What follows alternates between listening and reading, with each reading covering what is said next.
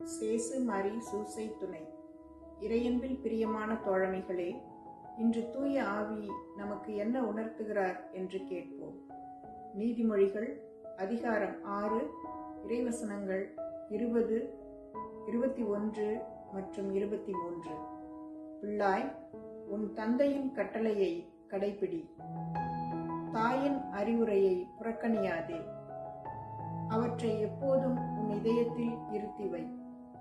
கட்டளை என்பது ஒரு விளக்கு, அறவுரை என்பது ஒளி.